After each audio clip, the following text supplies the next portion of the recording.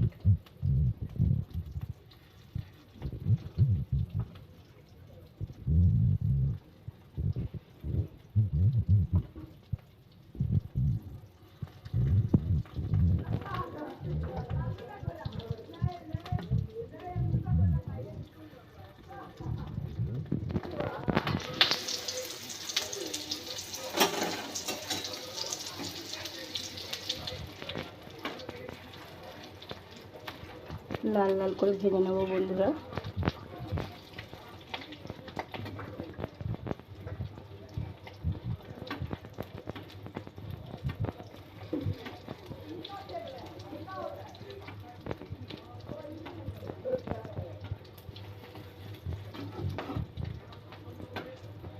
ঘরে একবার অবশ্যই ট্রাই করবেন, খুবই ভালো লাগবে।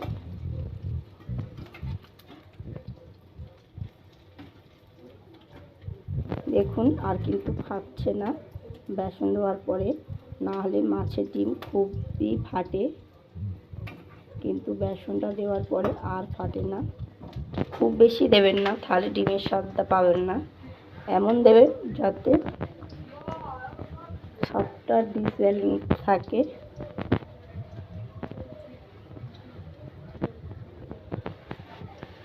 অল্প পরিমাণ দিলেই হবে। বন্ধুরা, দেখে নিন আমার ডিমগুলো লাল লাল করে ভাজা হয়ে গেছে। এবার আমি ডিমগুলো তুলে নেব।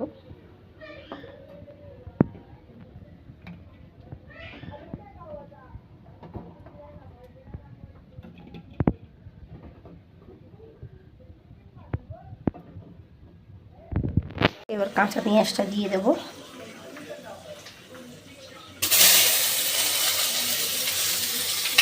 দিয়ে ভালো করে ভাজানি করে ভেজে নেব।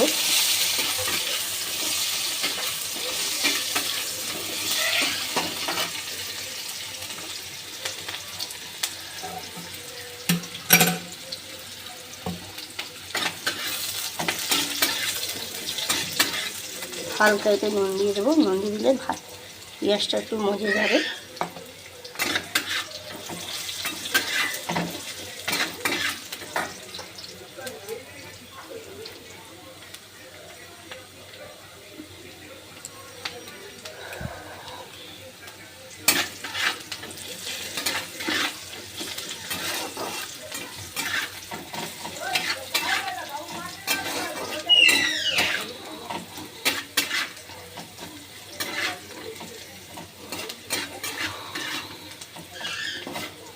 বন্ধুরা আমার পেঁয়াজটা বাদামি হয়ে গেছে।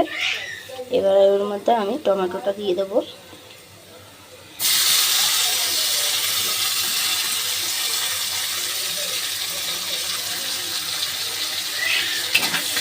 দিয়ে ভালো করে নেব।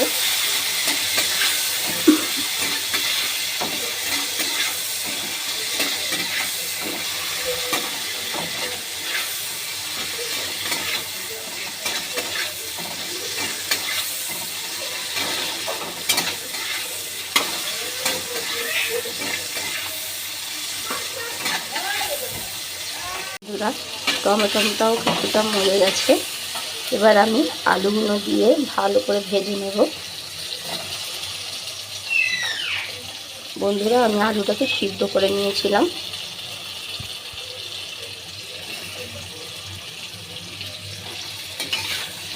এবার আমি একটু ভালো করে ভেজে নেব।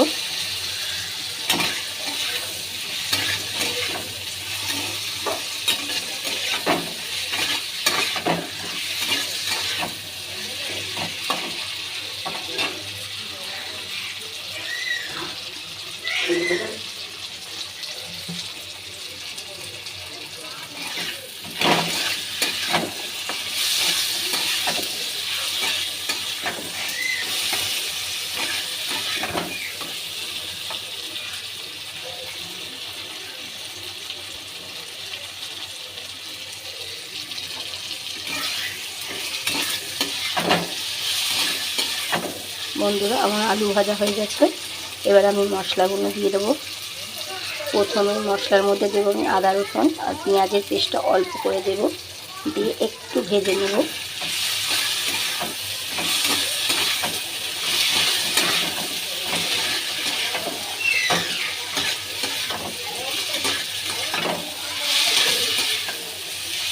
ভেজে নেওয়ার পর এবার আমি দেব নুন। আমি আগেও একটু নুন দিয়েছিলাম, তাই খুব বেশি নুন দিলাম না। দেব হলুদ গুঁড়ো,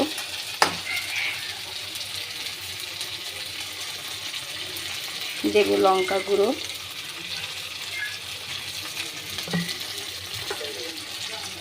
হালকা একটু জল দেব, নাহলে মশলাটা পুড়ে যাবে। একটু কষে নেব।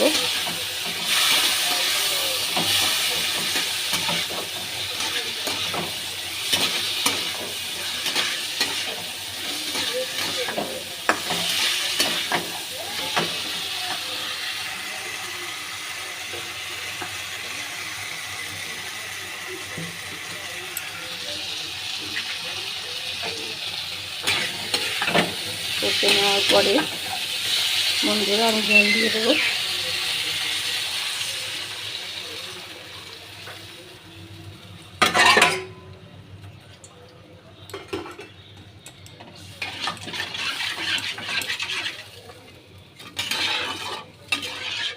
আমি খুব বেশি ঝোল করবও না, আবার খুব বেশি শুকাবও না।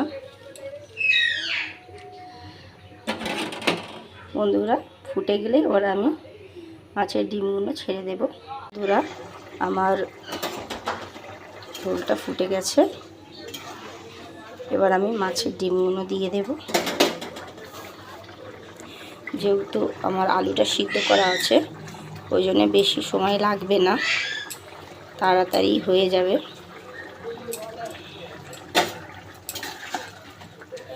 একটু ভালো করে নেড়ে নেব।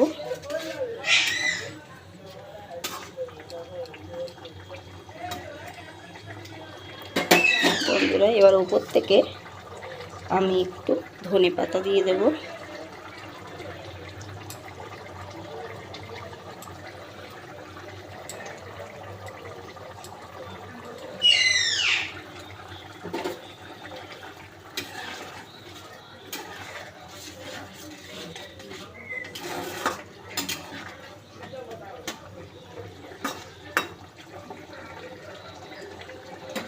দেখুন কত অসাধারণ লাগছে।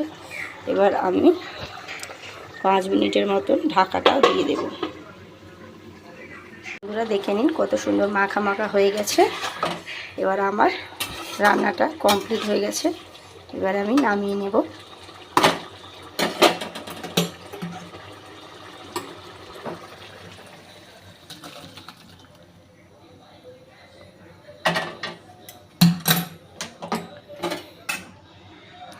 দেখুন কত অসাধারণ দেখতে লাগছে।